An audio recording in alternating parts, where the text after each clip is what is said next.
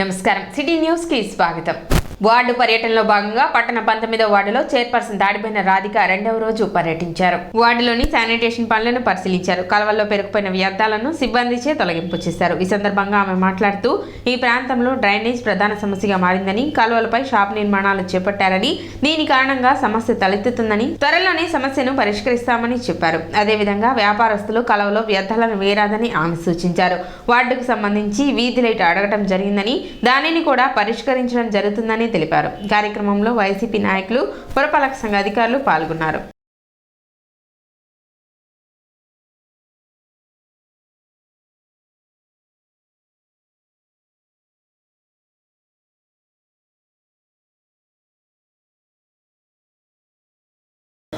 వార్డుకి రెండో రోజు పర్యటించడం జరుగుతుంది. ఈ వార్డుకు వచ్చేసి ఎక్కువ షాపులు ఉంటానా, హోటల్స్, ఇలాంటి నాపరాళ్ళు, అలానే ఇలా స్లాపుల్లాగా బండ్ల పరుస్తానా సిల్ట్ అనేది బాగా పెరిగిపోవడం జరుగుతుంది. దయచేసి చెప్పేది ఏంటంటే ఒక మాన్యువల్ లాగా అమర్చాలని కోరుకుంటూ, అలానే ప్రజలకి ఇబ్బంది కలగకుండా ఇప్పుడు ఈ కవర్లు కానీ బాటిల్స్ కానీ వేస్తూ అవన్నీ కాలువల్లో ఇప్పుడు మేము వెళ్ళడం జరిగింది. చిన్న కాలువే, ఆ చిన్న కాలువ కవర్లు బాటిల్స్ పడటాన అక్కడ వాటర్ ఆగిపోవటం జరిగింది. ఆ మందు బాటిల్స్ ఇలాంటివి వేయటాన కాలువ వాటర్ ఆగిపోవటం జరిగింది. దయచేసి మీరు మాకు సహకరించండి. ఇలాంటి వ్యర్థాలు ఏమన్నా ఉంటే డస్ట్బిన్ రూపంలో వేసి మా వర్కర్స్ వచ్చినప్పుడు అందిస్తే బాగుంటుంది. మైనర్లు డ్రైవింగ్ చేస్తూ పట్టుబడితే వారిపై చట్టరీత్యా చర్యలు ఉంటాయని రవాణా శాఖ అధికారి రాఘవరావు హెచ్చరించారు. మైనర్లు డ్రైవింగ్ చేయడం చట్టరీత్యా నేరం అయినప్పటికీ కొంతమంది నిర్లక్ష్యంగా వాహనాలను నడుపుతూ ప్రమాదాలకు కారణమవుతున్నారని అన్నారు. మైనర్లు ఎటువంటి ప్రమాదాలకు కారణమైనా అతనితో పాటు అతని తల్లిదండ్రులు కూడా శిక్ష పడే అవకాశం ఉందని, మైనర్లు డ్రైవింగ్ చేస్తూ పట్టుబడితే చలనాలతో పాటు కోర్టుకు హాజరుపరచడం జరుగుతుందని, కొన్నిసార్లు జైలు శిక్ష పడే అవకాశం ఉంటుందని తెలిపారు. తల్లిదండ్రులు మైనర్లకు ఎటువంటి వాహనాలను ఇవ్వొద్దని రాఘవరావు విజ్ఞప్తి చేశారు. మైనర్స్ డ్రైవ్ చేస్తున్నారు. ఈ minors 18 years below 10th class intermediate చదివే పిల్లలు లైసెన్స్ లేకుండా డ్రైవ్ చేస్తున్నారు. ముఖ్యంగా మనం ఏంటంటే రవాణా శాఖ తరఫున 18 ఇయర్స్ బిలో 18 ఇయర్స్ లోపు పిల్లలకి ఎవరికి కూడా లైసెన్స్ లేకుండా మీరు బళ్ళు ఇవ్వబాకండి, 2 వీలర్స్ ఇవ్వబాకండి. 18 ఇయర్స్ దాటినాక వాళ్ళకి లైసెన్సు అప్లై చేసుకొని తీసుకుంటారు. 18 ఇయర్స్ లోపు మనం పేరెంట్సే అలౌ చేయకూడదు. ఒకవేళ అలౌ చేస్తే ఏంటి పరిస్థితి?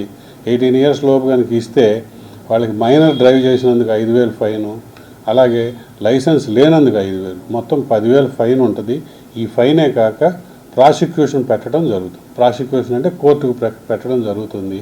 ఆ కోర్టులో జడ్జి గారు ఫైన్ విధించవచ్చు, జైలు శిక్ష విధించవచ్చు, లేదా 2 కూడా విధించవచ్చు. బిసైడ్స్ 10,000 అంటే 10,000 కాకుండా 2 జైలు విధించవచ్చు, జడ్జి గారు ఫైన్ కూడా విధించవచ్చు. ముఖ్యంగా పేరెంట్స్ అందరికీ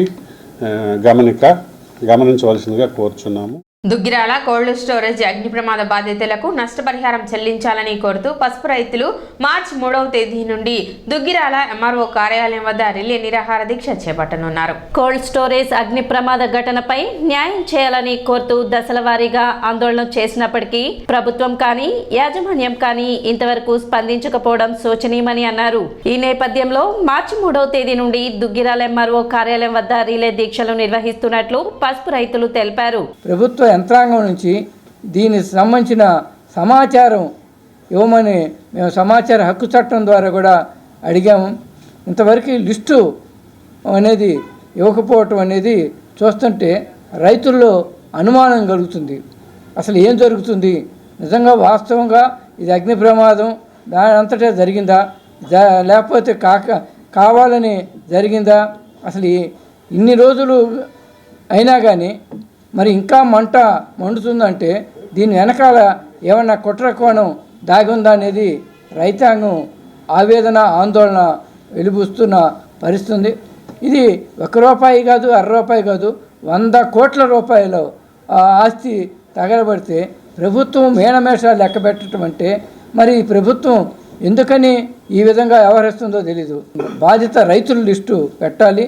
అట్లాగే ఇన్సూరెన్స్ ఎంతవరకు చేశారు, మరి అక్కడ అగ్ని ప్రమాదం జరగకుండా నివారించడానికి మరి కోల్డ్ స్టోరేజ్ యాజమాన్యం ఏ విధమైన చర్యలు తీసుకుంది, ఇటువంటి కమిటీ నివేదికని వెంటనే ఇవ్వాలి.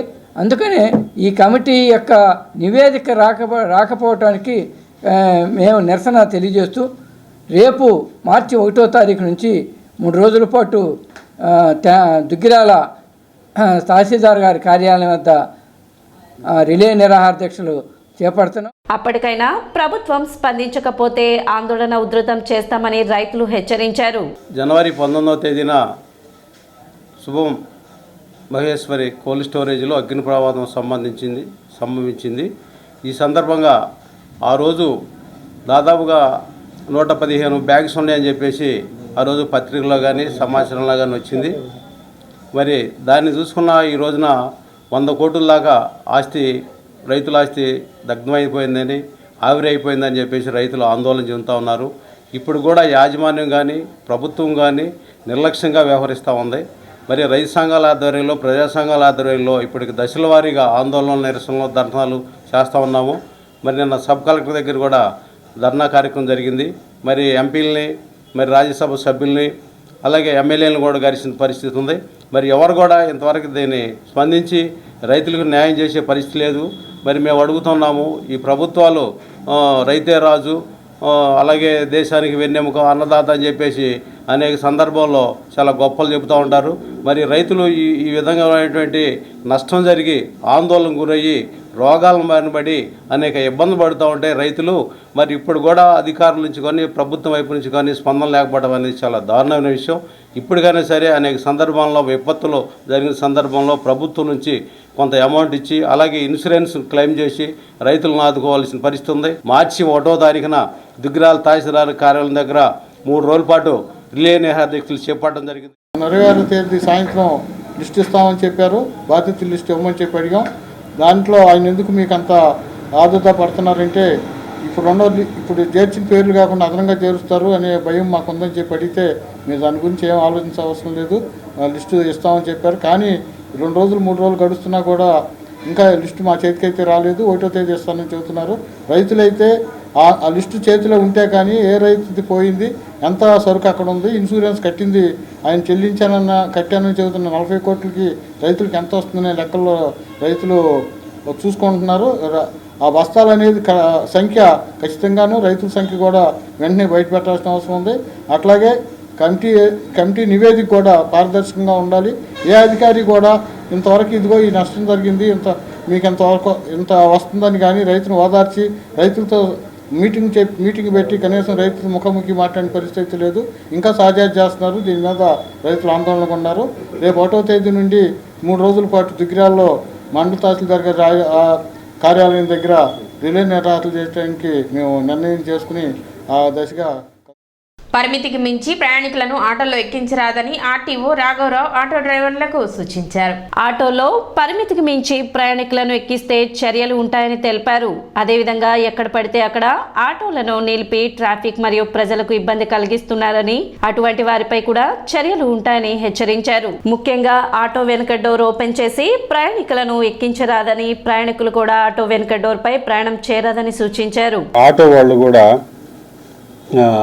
ఎక్కడ పడితే అక్కడ, అంటే రోడ్డు పక్కనే మనకి పెదరావూరు నుంచి నందివెలుగు రోడ్లో, ఆ రోడ్లో బస్ స్టాండ్ దగ్గర కూడా ఎక్కడ పడితే అక్కడ ఆపేస్తున్నారు. ఎక్కడ పడితే రోడ్డుకి మధ్యలో పెడుతున్నారు, రోడ్డుకి వేరే వాహనాలు వెళ్లకుండా.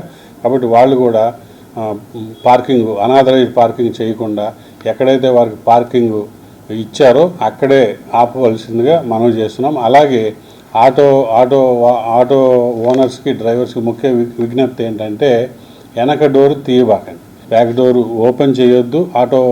ముఖ్యంగా ఆటో డ్రైవర్స్, ఓనర్స్, అలాగే ప్రయాణికులకు విజ్ఞప్తి ఏంటంటే ఎవరు కూడా ఆటో బ్యాక్ డోర్ ఓపెన్ చేస్తే ఆటో బ్యాక్ సైడ్ కూర్చోవద్దని ముఖ్యంగా ప్రయాణికులకు విజ్ఞప్తి చేస్తున్నాం. సిటీ న్యూస్ ఇంతటితో సమాప్తం. నమస్కారం.